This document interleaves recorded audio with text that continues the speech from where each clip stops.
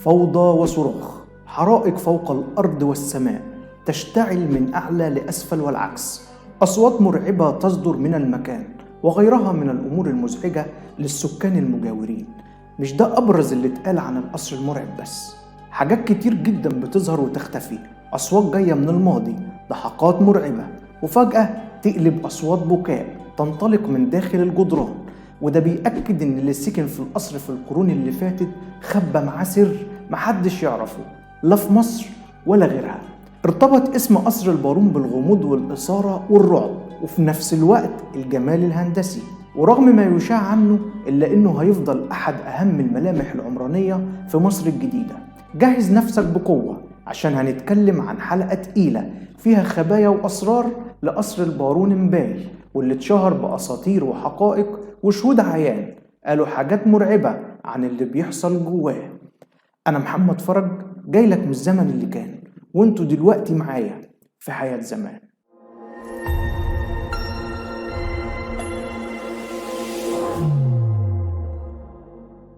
محدش يقدر يختلف على التحفة المعمارية لبارون مباي، المهندس ورجل الأعمال البلجيكي اللي اتعرف بالأعمال الفذة، واللي حصل على لقب البارون من الملك وقتها اعترافا بإنجازاته الكبيرة.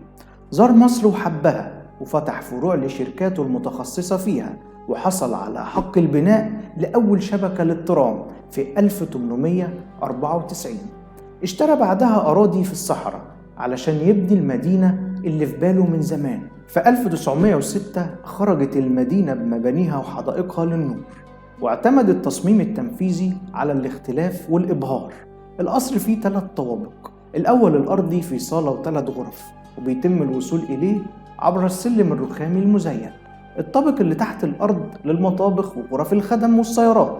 البرج كان تحفة معمارية من 4 طوابق، وتصميمه لم يكن عامل جذب أكبر، وكان البرج يدور لأنه كان على قاعدة متحركة، وبيدور دورة كاملة كل ساعة عشان الناس يشوفوا روعة وجمال معمار القصر من كل الاتجاهات. التصميم اتعمل عشان يكون في الأول مدينة الرفاهية والترفيه، مع شوارع واسعة ومجهزة بجميع وسائل الراحة والبنية التحتية اللازمة من مياه وصرف صحي وكهرباء ومرافق فندقية مثل فندق هليوبوليس بالاس ومنزل هليوبوليس. تم بيع القصر سنة 54 بمحتوياته ل3 أشخاص من خلال مزاد علني بمبلغ قدره 160,000 جنيه مصري.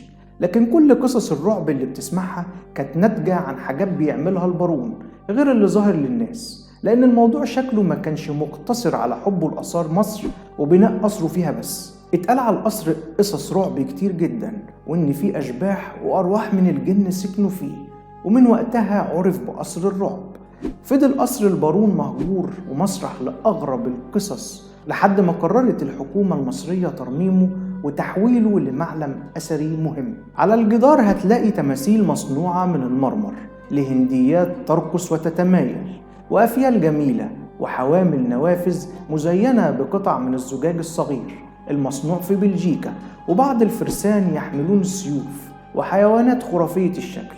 كمان تحت القصر في كتير من الغرف، وكان في غرفة وردية اللون البارون كان بيقعد فيها لوحده، وبيمنع أي حد من الخدم إنه يدخلها، حتى كان بيمنعها على طفلته الوحيدة مريم وأخته البارونة هيليانا.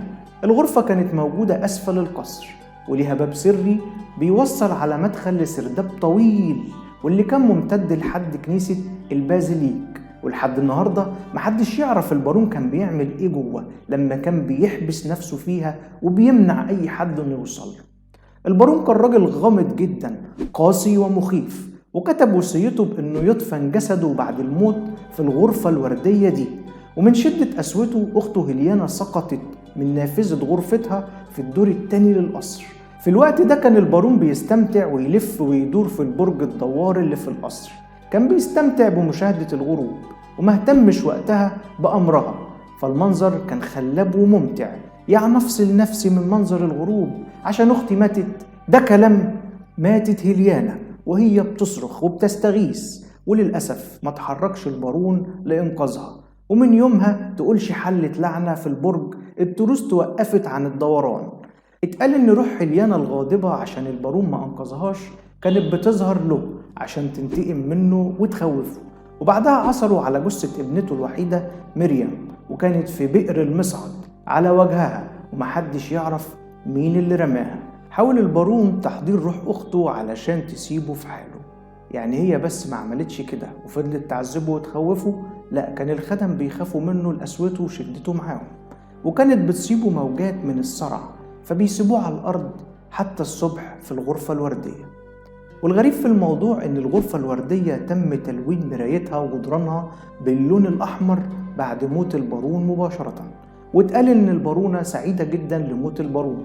والغريب إنه لحد النهاردة بيحصل كتير من الحاجات الغامضة والغريبة والمثيرة للجدل، زي إن في ناس بتتحرك بالليل وفي أضواء وأصوات عالية وصرخات لا تصدر إلا ليلا وفي أيام معينة تحديدا من الشهر.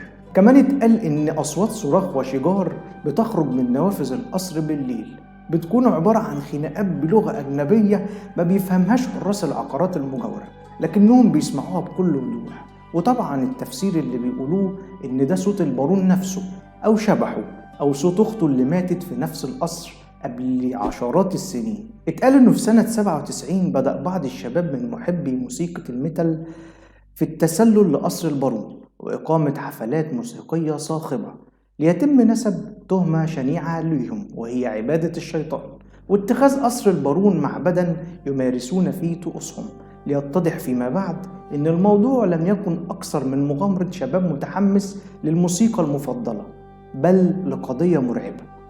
كمان السكان حكوا إنهم سمعوا عن النار اللي اشتعلت فجأة في الغرفة الموجودة بالبرج، والكلام ده سنة 82. الدخان غطى على القصر بالكامل واللي كان شبه الحريق، وبعدها بلحظات انطفأت النار واختفى الدخان، وده من غير تدخل أي شخص. لكن بعد كل قصص الرعب دي في سنة 93 تم تصنيف القصر رسميا كمعلم أثري، وفي سنة 2005 اشترته وزارة الإسكان المصرية من الملاك، وكان مقابل منحهم قطعة أرض بديلة بالقاهرة الجديدة قيمتها كانت تساوي 125 مليون جنيه. تم تجديد القصر وبقى مكان أثري بيروح الناس ليه عشان يتفرجوا على القصر ورونق البناء. احنا من الناس اللي مش مؤمنين باللعنة، لكن الحلقة دي اتصورت 3 مرات. احنا كده خلصنا. قول لنا في التعليقات رأيك في حكاية النهاردة، وما تنساش تعمل لايك للفيديو عشان يوصل لأكبر عدد من عشاق الماضي. فريق عمل حياة زمان يتشرف بمتابعتكم على صفحتنا على فيسبوك، ولو بتشوفنا على اليوتيوب اعمل سبسكرايب ولايك، ولو عجبتكم الحلقة ما تنسوناش في الشير. سلام عليكم ونشوفكم على خير.